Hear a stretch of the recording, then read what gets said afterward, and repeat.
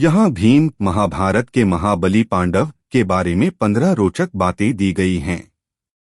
1. जन्म। भीम का जन्म माता कुंती और पवनदेव वायुदेव के वरदान से हुआ था, इसीलिए उन्हें वायुपुत्र भी कहा जाता है।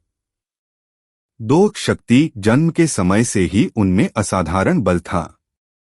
कहते हैं कि शिशु अवस्था में ही वे अपनी मां के हाथ से छूटकर गिर पड़े, लेकिन धरती पर गिरने से धरती हिल गई। 3. भोजन प्रेमी। भीम बहुत अधिक भोजन करते थे। वे प्रतिदिन सामान्य मनुष्यों से कई गुना अधिक खाना खाते थे। 4. गदा युद्ध में निपुण। भीम गदा मेस युद्धकला के अद्वितीय योद्धा थे और उनका मुख्य अस्त्र गदा ही था। 5. हनुमान के भाई। भीम के बड़े भाई हनुमान जी माने जाते हैं, क्योंकि दोनों वायुपुत्र हैं। भीम ने स्वयं हनुमान से आशीर्वाद भी पाया था। 6. शैशवकाल। बचपन में जब पांडव लाक्षागृह मोम का महल में जलाए गए, तब भीम ने अपनी शक्ति से सबको सुरक्षित बाहर निकाला। 7. राक्षस वध। उन्होंने कई असुरों और राक्षसों का वध किया, जिनमें हिडिंब और बकासुर विशेष प्रसिद्ध हैं। 8.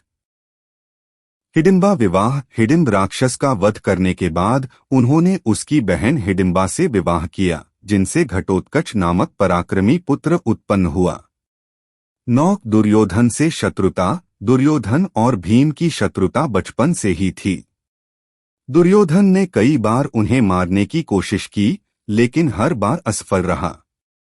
10. वनवास काल। वनवास के समय भीम ने द्रौपदी और भाइयों की रक्षा के लिए अनेक दैत्य व राक्षसों का संहार किया। 11. कृष्ण के प्रिय। भगवान श्री कृष्ण भीम को विशेष प्रिय मानते थे और युद्ध में उनके पराक्रम की प्रशंसा करते थे।